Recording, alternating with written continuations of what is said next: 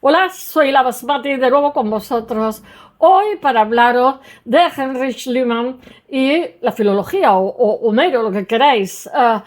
Muchos consideran a Schliemann el primer arqueólogo moderno, a pesar de que tuvo unos métodos un poco dudosos y una cualificación bueno, dudosa, teniendo en cuenta que para eh, averiguar dónde estaba Troya, él siguió a Homero. O sea, siguió la filología. Troya ya había sido investigada y no habían encontrado nada. Bueno, pues el mundo científico tenía mucho resquemor con este señor, que este señor tuvo unos hallazgos increíbles por su dudosa cualificación académica y sus bruscos métodos para excavar.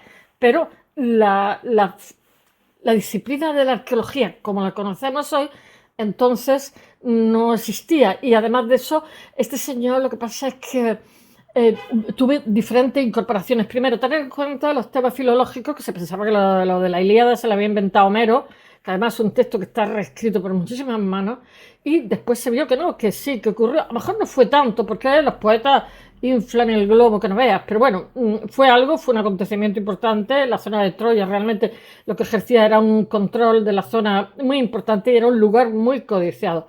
Lo que pasa es que este hombre pues metió dinamita y, y utilizó pico y pala, y entonces, ¿qué pasa? Buscando objetos de valor se cargó montones de estratos, pero tuvo también cosas muy interesantes, como por ejemplo, fue recogiendo la cerámica, organizándola, fue fotografiándolo todo en una época donde la fotografía era una cosa cara y difícil. Y entonces lo de la cerámica lo que se dio cuenta es que, digamos, los estratos temporales estaban marcados por cerámica diferente. Y, en fin, como que aportó también bastante a la arqueología. Lo que pasa es que el mundo científico, que es muy endogámico y también muy conservador, pensaba que tenía una dudosa preparación este multimillonario. Pero voy a seguir contándolo porque si no... él estaba... no sé por dónde contároslo porque llevó una vida tan arrebatadora. Vivió, me parece que 68 años.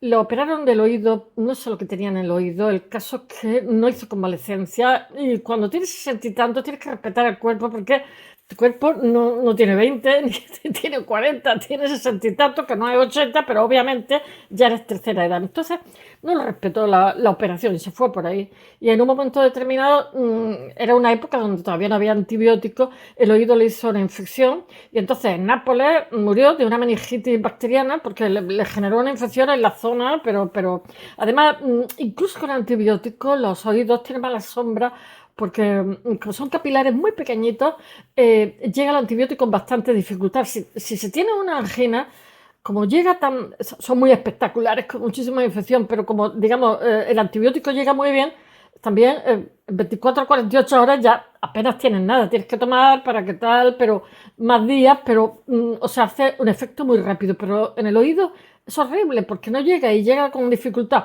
Bueno, después de los antibióticos, ¿qué puedo contaros de este hombre? Pues que había nacido, su padre era un pastor protestante con escasos recursos, pero muy amante de la historia antigua. Entonces le regaló de pequeño Schliemann unas ilustraciones, como un libro donde se habla de Eneas, cómo carga a su padre, cómo, o sea, a través del viaje, en fin, que después todo esto es como un pilar occidental, ¿no? Después este relato maravilloso, a él le impactó mucho. Va a ser recogido en el Imperio Romano con la Eneida de Virgilio, que digamos era el escritor de la corte que le va a Augusto al séptimo cielo, ¿no? Es propagandista, y que lo hace descender del propio Eneas, ¿no?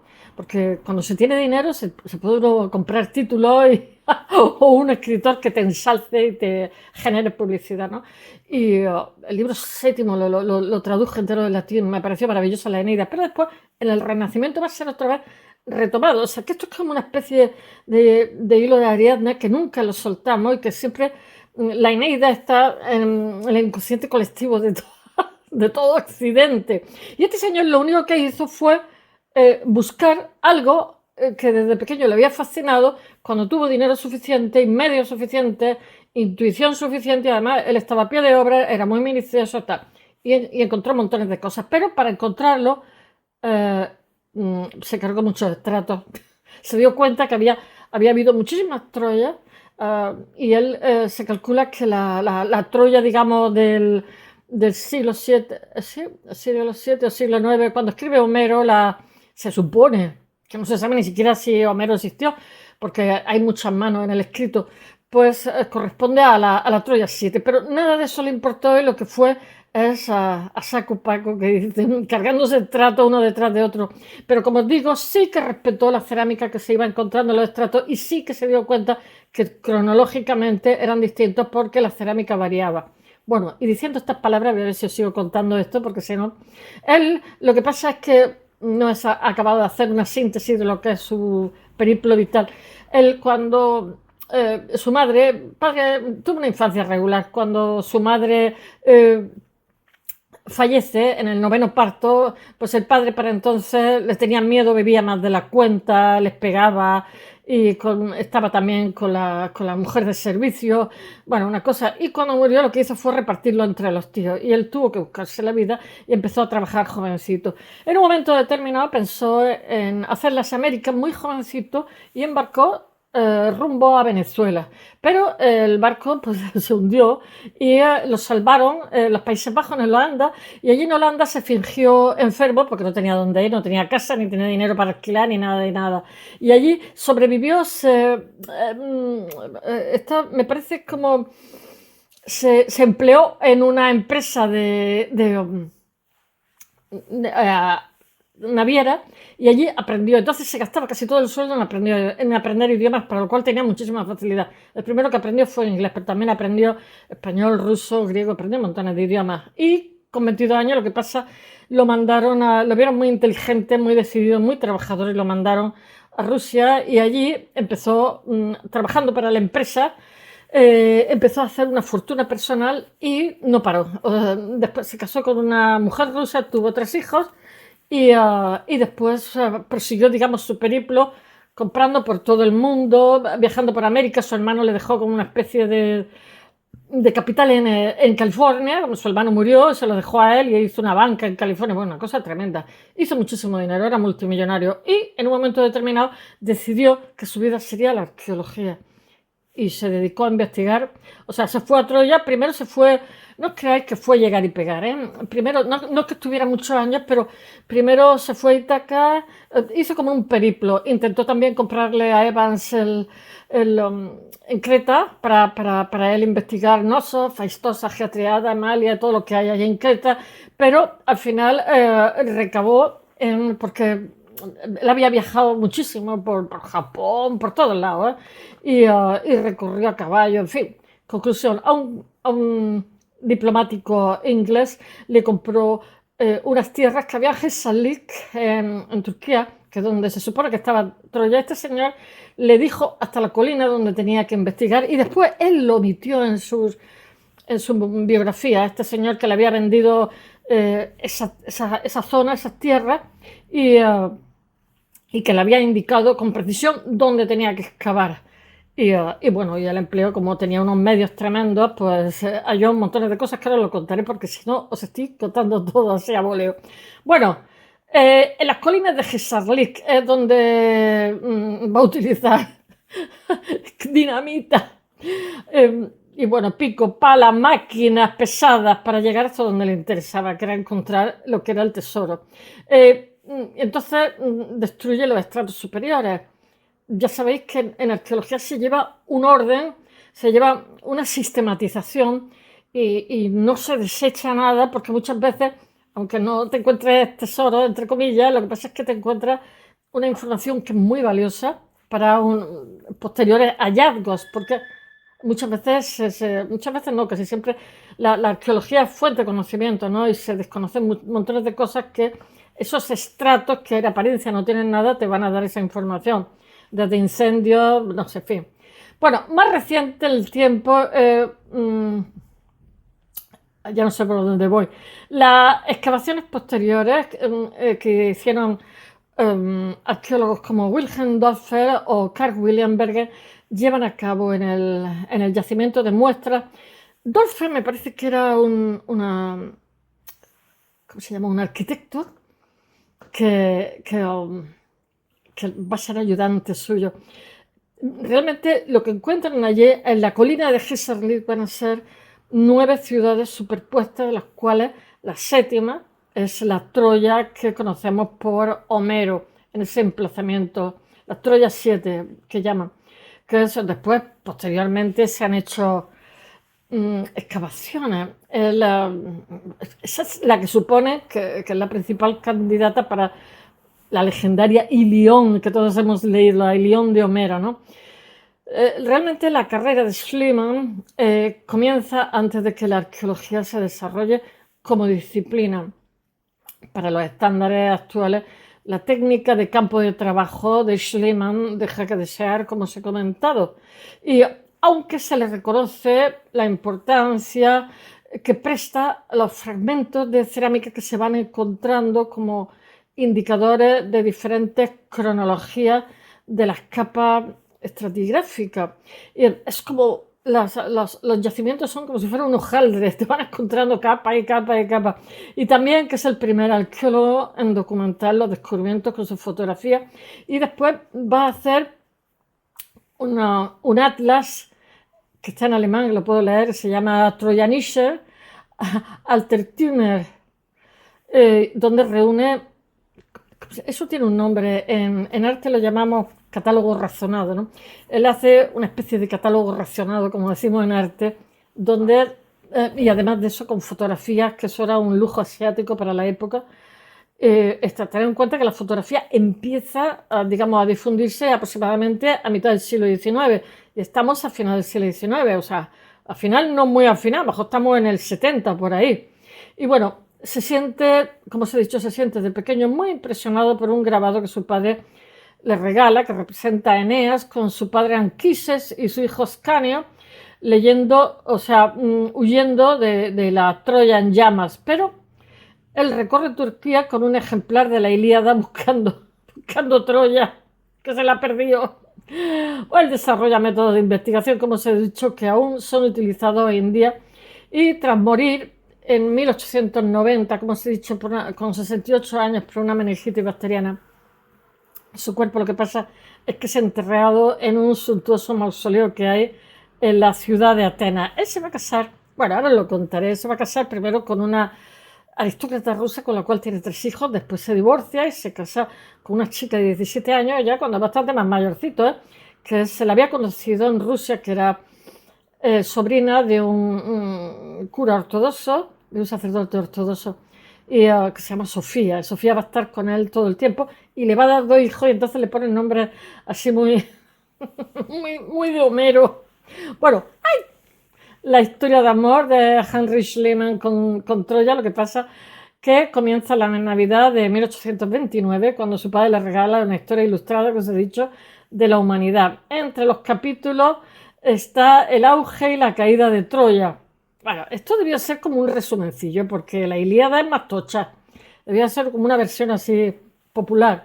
La historia de la guerra de Troya no está exenta de discusiones con su padre, porque ya que el padre decía que el incendio devastador que sufre la ciudad debió de borrarla del mapa. Cuando es tomada, debió de haberla arrasado por completo. Pero Heinrich dice que el incendio, como el que se describe en la historia, no tendría por qué haber arrasado la ciudad, porque las murallas de Troya eran grandes, fuertes, y entonces y tanto, y tanto. Y estas potentes fortificaciones habrán sido vencidas por el tiempo, pero no por los hombres. Qué razonamiento tan maduro tuvo el niño. Entonces, cuando os he dicho que él se va, es náufrago en Ámsterdam, se mete a trabajar en una naviera, aprende idiomas, lo mandan a Rusia, se hace rico porque allí en un momento determinado busca varios negocios y se independiza, digamos, de la compañía que le había mandado porque él sabía ruso, etc. Y a partir de ahí, digamos, empieza como un periplo para hacer un patrimonio y hace un patrimonio gigantesco. viaja por todo el mundo. Es, después de haberlo nombrado representante de la compañía en San Petersburgo.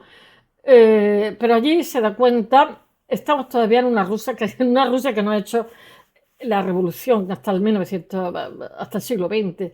Y entonces ahí él dice que ve muchas posibilidades de negocio, pero también las vio en Estados Unidos, en California.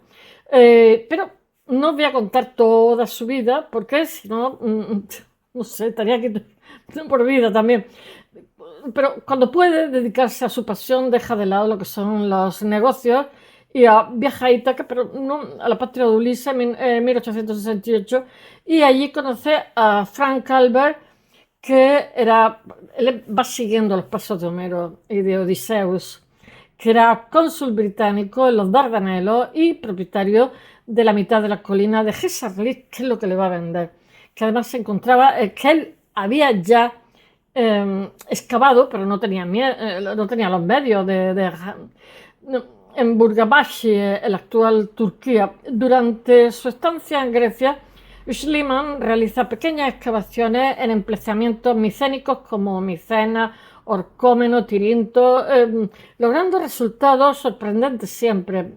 Él va a estar siempre a pie de obra y va a llevar un cuaderno de campo. Ahí ya empieza a ser arqueólogo. Y llega un momento en que se divorcia de su mujer rusa, de su primera esposa, Ekaterina Petrovna Lishin, que es una aristócrata rusa, y Schliemann se casa con Sofía Egastromenos, que tiene 17 años, que es la sobrina de un sacerdote ortodoxo que ha conocido durante su estancia en San Petersburgo. Así, tras obtener permisos pertinentes, luego se los pasa por el forro del gobierno turco para excavar. En 1870 comienza lo que son los primeros trabajos de Hesarlik, de la colina donde le había dicho el diplomático inglés, que cuenta, después en sus memorias no lo contempla, ese tema para nada, porque además se lo vende y le dice dónde tiene que excavar. El que se lo vende no tiene dinero. Con la inestimable ayuda del arquitecto y el arqueólogo alemán Wilhelm Dauphin, y a pesar de que sea Frank Albert quien indique a Schliemann la posible ubicación de Troya, se le olvida. Después escribe unas memorias que son un poquito inventadas, pero claro, habría que preguntarse qué memorias no son inventadas. Yo diría que todas. Entre otras cosas, porque yo creo que muchas veces, por supuesto, que todas las memorias intentan engrandecer al que la escriben, ¿no? El autobombo es publicitaria, pero la memoria es muy traicionera a nosotros. Yo me acuerdo de cosas y mi hija me corrige, me dice, ¿qué estás contando? ¿Qué estás contando? Quiero deciros que muchas veces cuando la memoria de las cosas que ha sido nuestro pasado, pues son percepciones subjetivas, con lo cual puede que fuera así, puede que no fuera así, fuera parecido, pero no exactamente así. Visto lo visto, pues la memoria mejor leérselo como una novela de ciencia ficción. Y en el caso de omitió la persona que le vende, que le indica, que le da. En fin, que no le hubiera restado méritos contarlo, pero en fin, a partir de ahí ya era un hombre de negocios, como que no me fío de ti las cosas que cuenta. Y va a escribir un montón de libros, por lo menos 8 o 10 libros.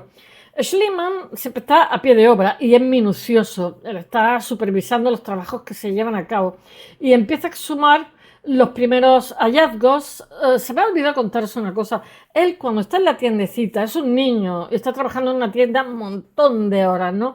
Pues en un momento determinado, un día que estaban allí aburridos, llega un señor muy borracho y se pone estuvo, no sé, como un cuarto de hora, 20 minutos, recitando Homero en griego, de forma cadenciosa, y dice él que se quedó totalmente, la Ilíada, se quedó así con la boca abierta, dijo, si alguna vez puedo, dice que no entendió nada de lo que dijo, nada, absolutamente nada, pero dijo que se quedó tan sobrecogido de cómo recitaba y qué bonito lo que oía y bueno, totalmente deslumbrado. Yo me lo creo. Yo estuve por error en San Salvador de Cora, un patriarcado ortodoxo, como contemplando cómo a un muchacho lo hacían sacerdote, no había nadie, nada más que la familia, pero también me quedé como él, así, porque estaban cantando a capela, dos grupos de ortodoxos,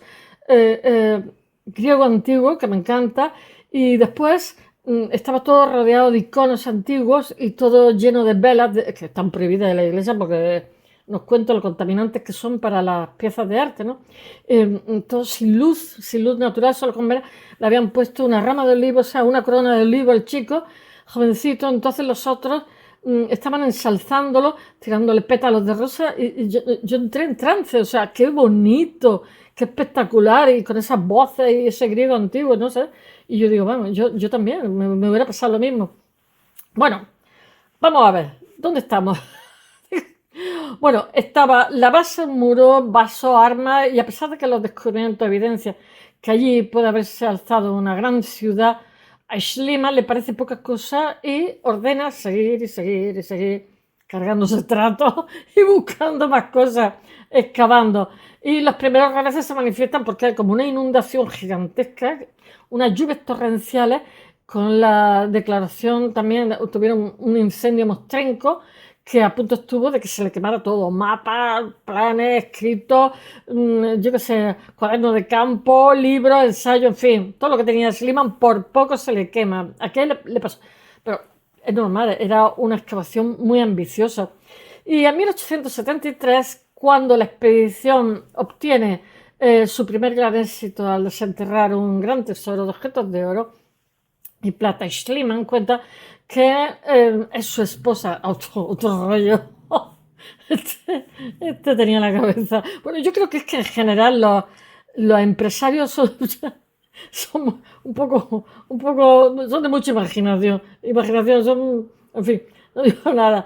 Dice que su esposa encuentra el tesoro y lo envuelve en el chat. La esposa estaba con el padre, que se estaba muriendo, ni siquiera estaba allí, pero era como más poético. Que su esposa es quien recoge el tesoro envolviéndolo en su chal.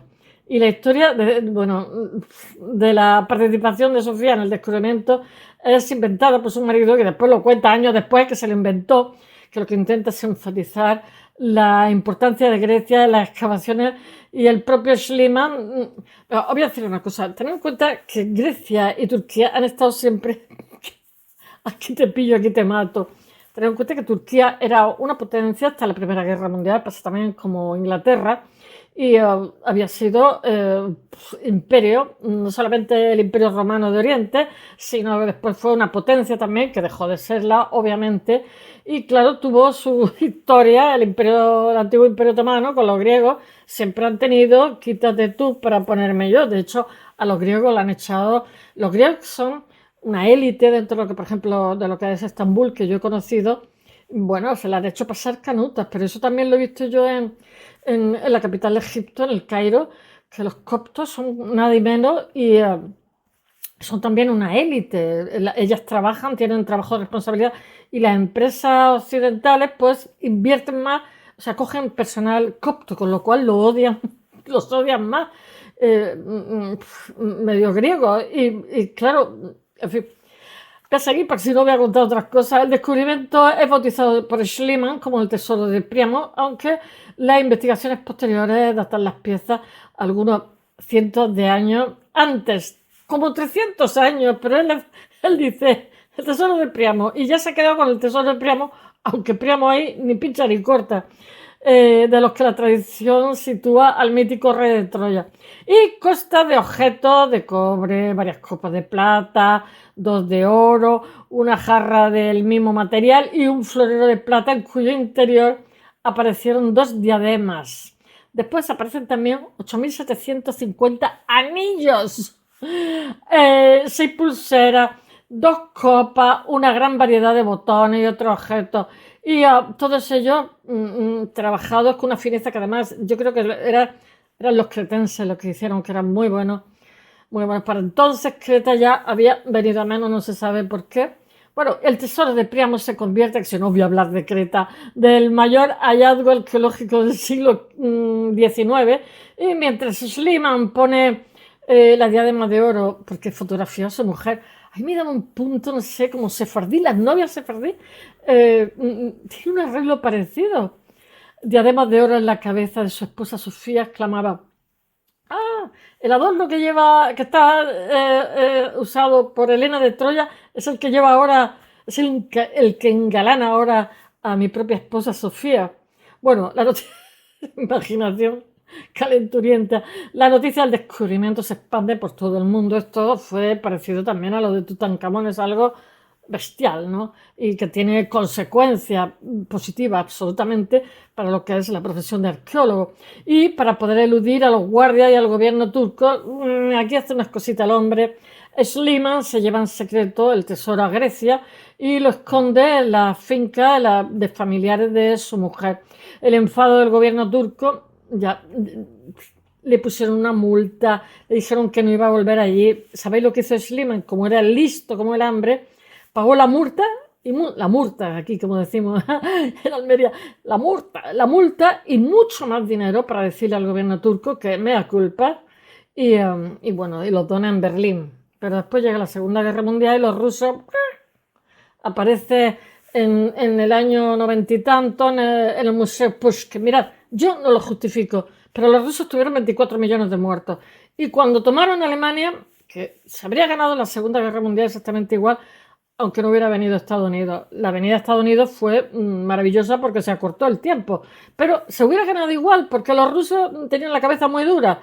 Y claro, cuando entraron en Berlín y tal, arrasaron, violaron, hicieron de todo, robaron. Y una de las cosas que se llevaron fue todo este tesoro que está en Rusia en este momento. Bueno, no, aunque no sé si Rusia se los devolvió a los griegos. Ay, por ahí va la cosa. Eso os contaré otro día. Bueno, tuvo quejas del gobierno griego, el gobierno les dio una pasta ansa que para qué pagó la multa y muchísimo más dinero, él pidió perdón, etc. Después se encontró más cosas, pero los griegos hicieron como hacen ahora mismo en cualquier país, Egipto, tal, porque también Egipto también tuvieron otra historia con los alemanes, con la Nefertiti, que se la llevaron, está ahora mismo en Berlín. Y es poner a su propia gente, o sea, cuando este tío estaba excavando, pusieron sus propios arqueólogos, que es lo menos que se tiene que hacer.